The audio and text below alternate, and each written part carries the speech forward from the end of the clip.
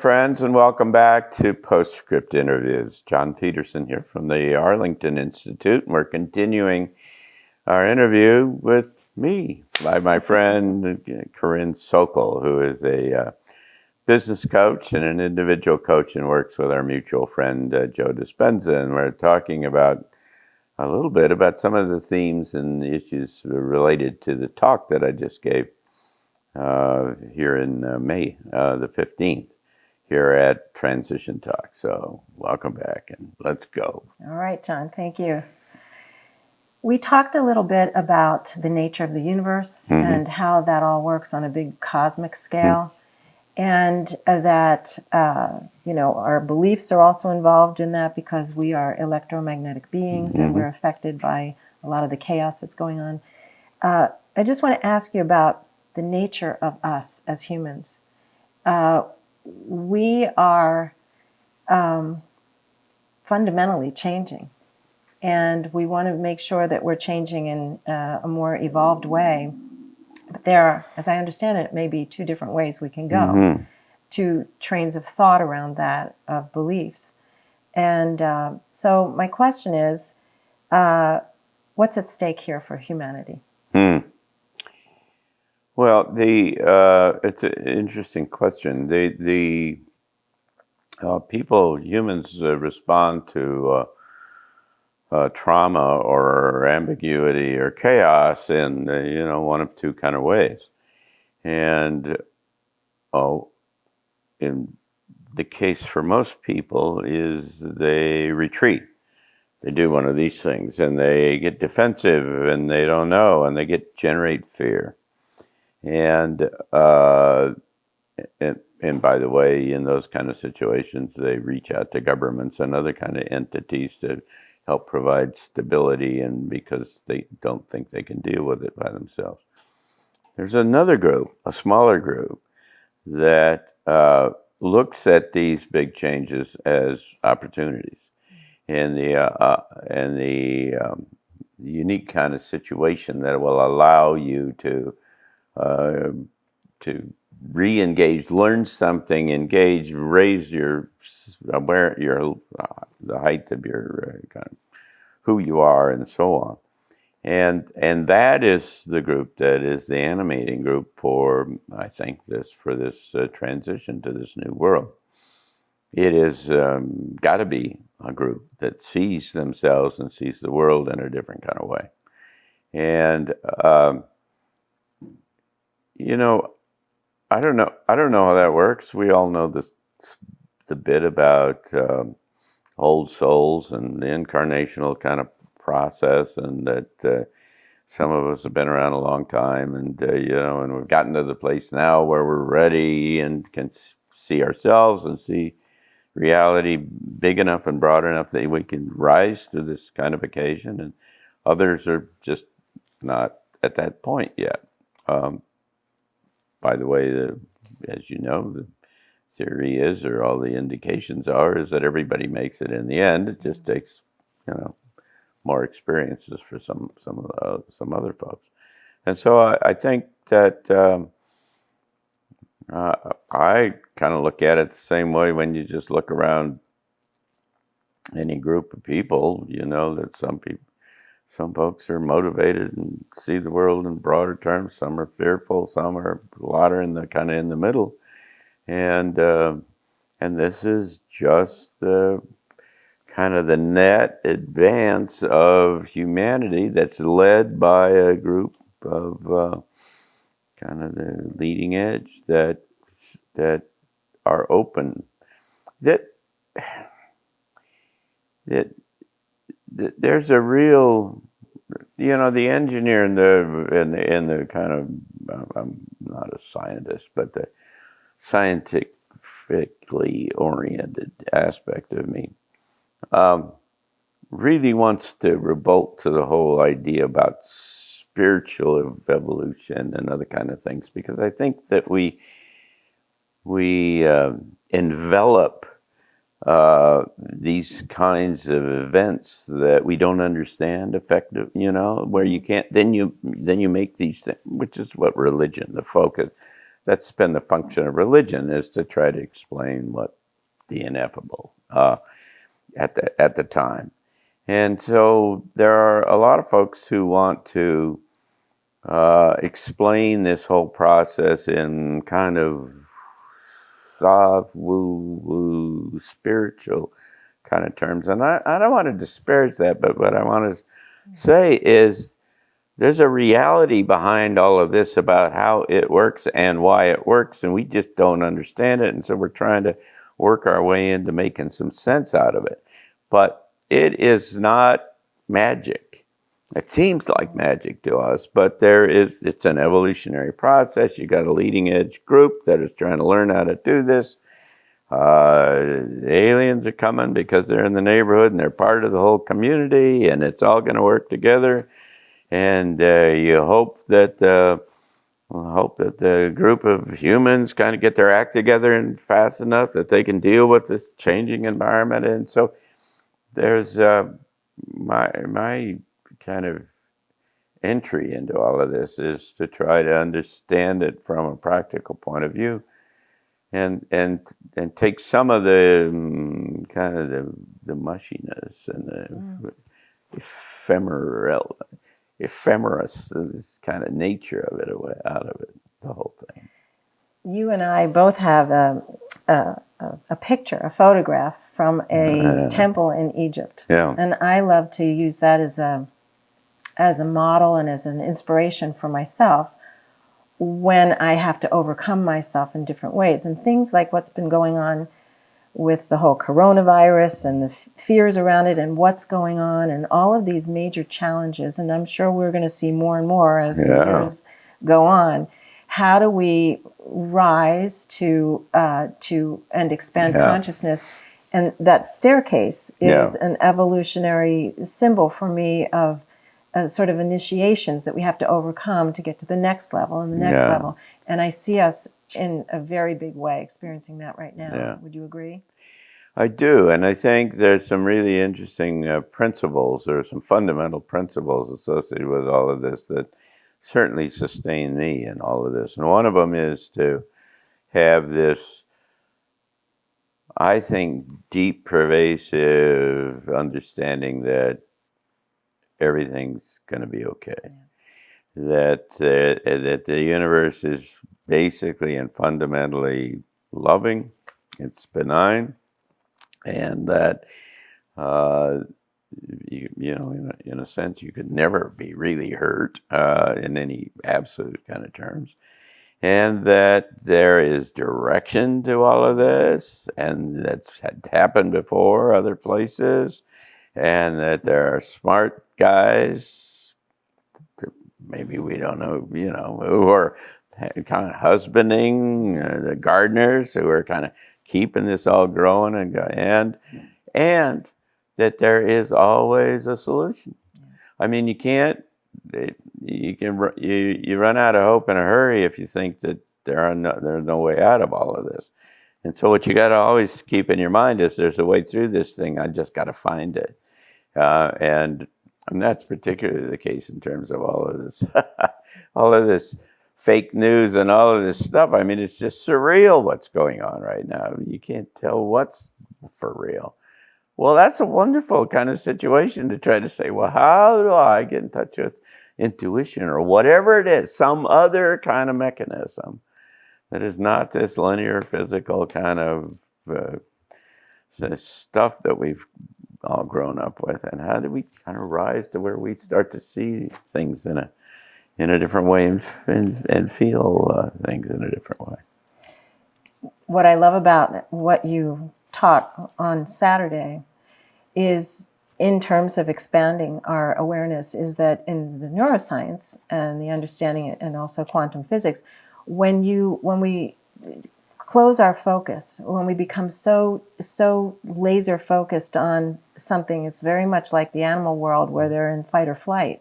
And people, for the most part, are in fight or flight. But when we learn to open our focus, to open to the space of possibility, you start to see more possibilities available to us. And I'm sure that that's what you've been doing through your career as a futurist. Well, you try to. What science tells you is that you see something like 90% more than what you focus on. That is to say, there are things going on all over the place that you are aware, subliminally or aware of, but you get focused. And there's there is a problem with that in a military thing. It's called target fixation. So if you're in an airplane and you roll over to drop some bombs on something, and you're so focused on the target that you just get fixated on the thing, you drive your airplane into the ground. In World War II, they had people that used to do this, and they talk about it. And so what you really can't get is so focused on something. You need to keep open all the time so that you see the stuff coming in from the periphery and the alternatives, and where's the light show up over here or there or whatever it turns out to be. Yes. And you talked about that in terms of what happens when we expand our awareness? What happens? Beliefs expand, and your certainly your thoughts, which are a combination, as I understand it, of your thoughts and emotions, those expand. Your choices, all of a sudden, you have more choices, and actions. You have more. Because consciousness is causal, and as you change your consciousness, it changes the reality. Yeah. And so, as you expand your awareness, it expands the options that are available. It's a very interesting kind of dynamic that essentially says everything is available to you if you can just get yourself mentally or into the position where you see that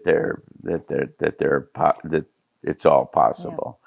And that's a huge kind of hugely important kind of threshold that I think is central to this evolutionary kind of push, is to suddenly realize that we are not tied to this world in the way we think, or in the limited way, and that once you get up there and see, I'm convinced this is a mind shift, a mind click. You suddenly one day you go, oh, there, and you see this kind of, you can do this.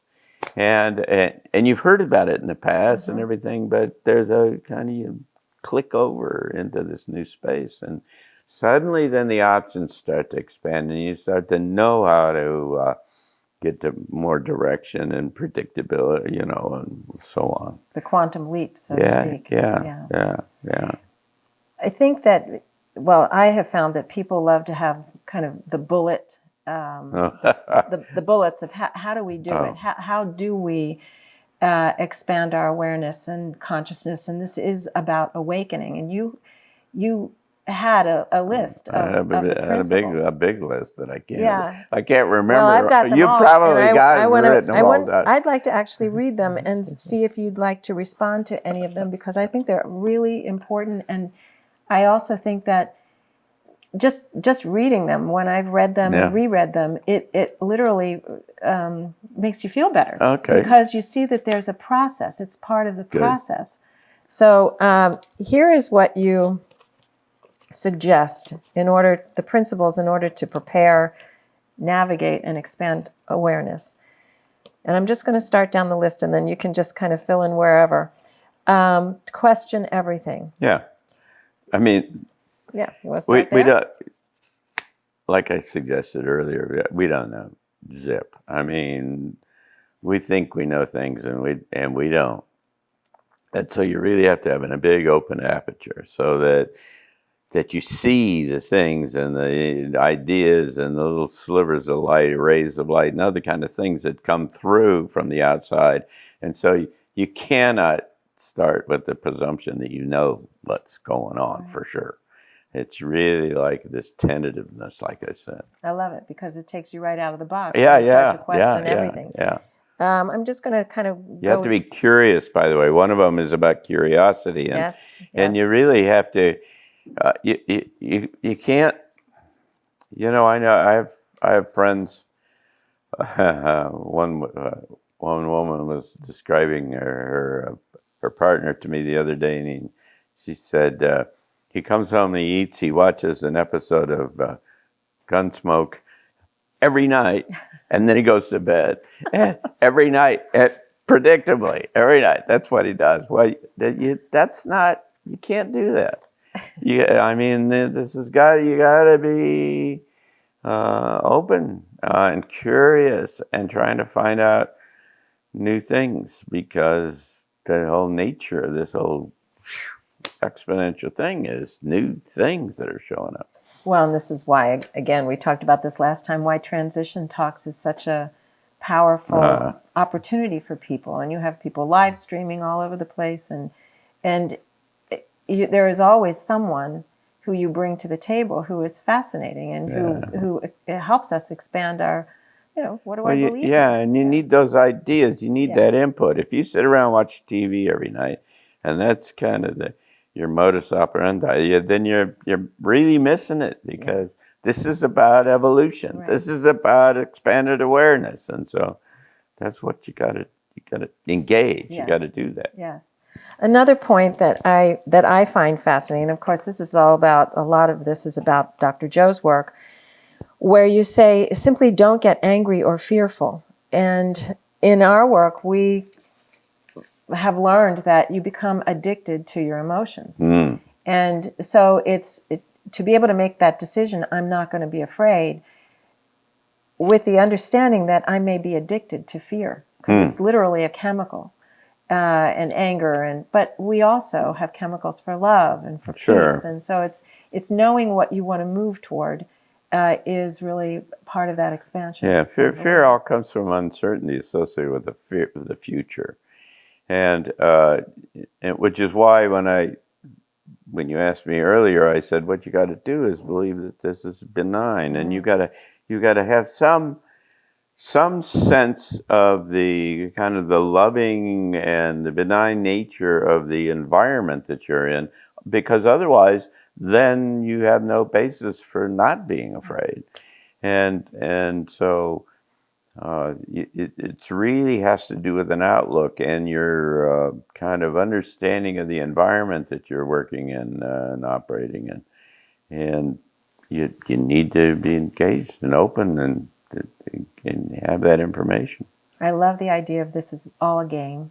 Yeah. I use a symbol of a checkerboard. That it's, we're free to choose, we're free to take the next step, but I also like the idea of rising from the black or white, because that's polarity, and seeing it from the perspective of the observer, which you also talked about. That being the observer is really what this is all about. Yeah, I had an experience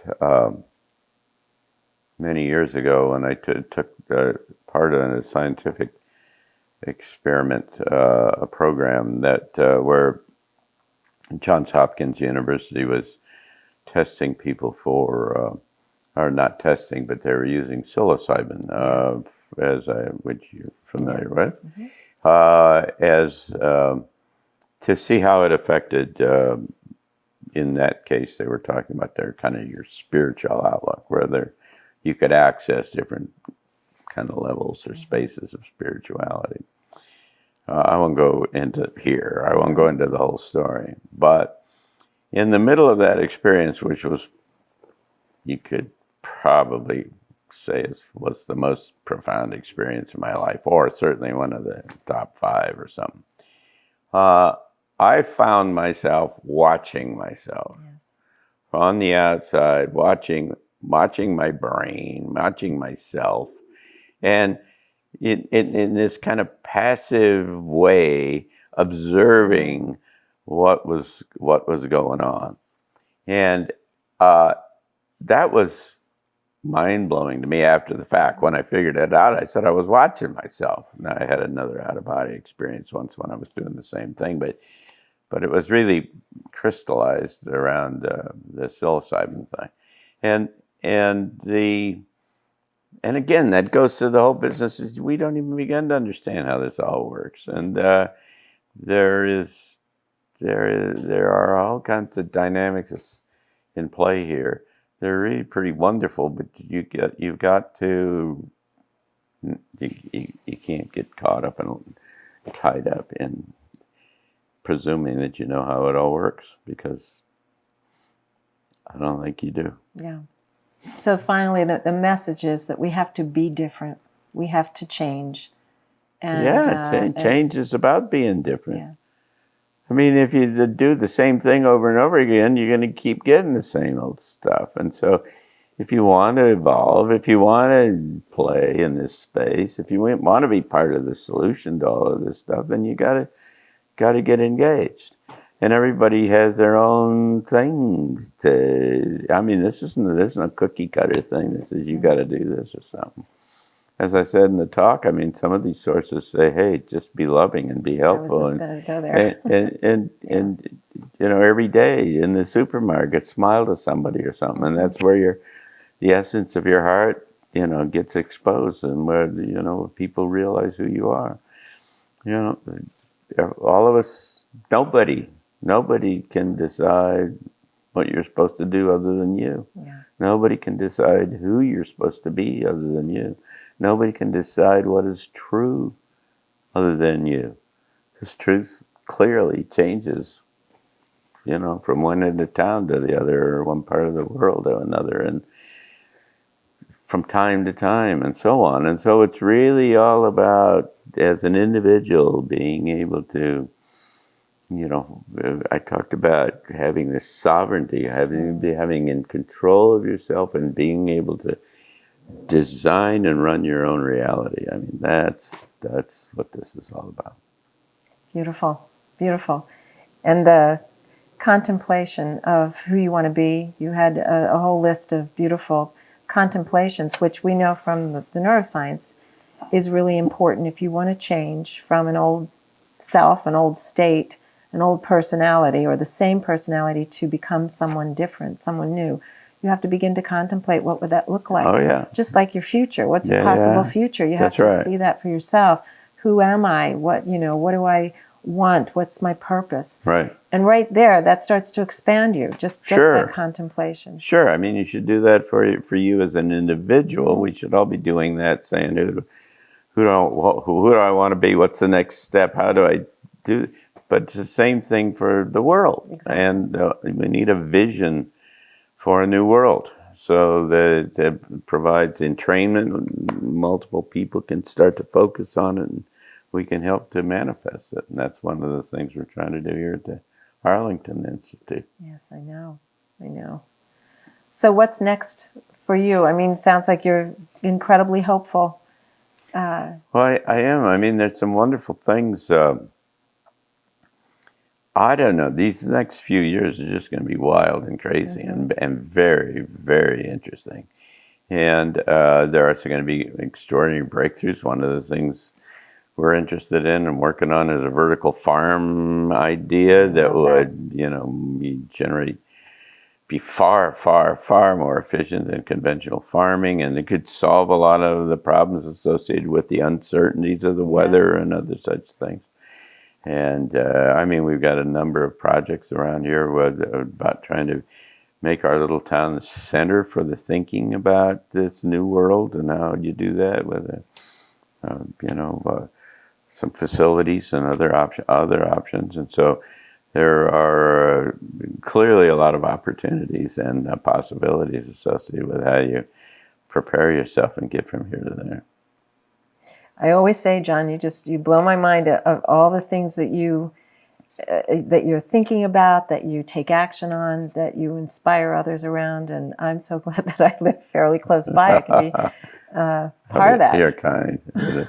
It's not my fault, you know. It's just what I do. I never decided to do this. It just came, who I was, I guess. So Thank you. You're kind. But we're out of time, and so thank you, John. This might be a nice time to stop. But thank you. I appreciate you coming and playing the foil to me, which we do just but episodically, once, twice a year. And thank you for coming and being with us. We appreciate it very much. We do this on a regular basis, both PostScript as episodes of some of my thoughts and ideas about how to get to the future. And then we do these interviews every once in a while. And we do that, try to do it monthly with our speakers. We've got Greg Braden coming up on the 31st of July to Transition Talks here in Berkeley Springs, and also in live streaming. So no matter where you are in the world and whatever your time zone, you can connect and be a part of that. Our friend Penny Kelly will be with us on the 28th of August. She's always fun. Big picture lady of looks at the world in a very interesting and different kind of way. And so come and be with us here at Transition Talks, and drop us a line and give us your email, and we'll give you announcements about when the next PostScript episodes are coming downstream, and then share this with your friends if you'd like. Thanks so much.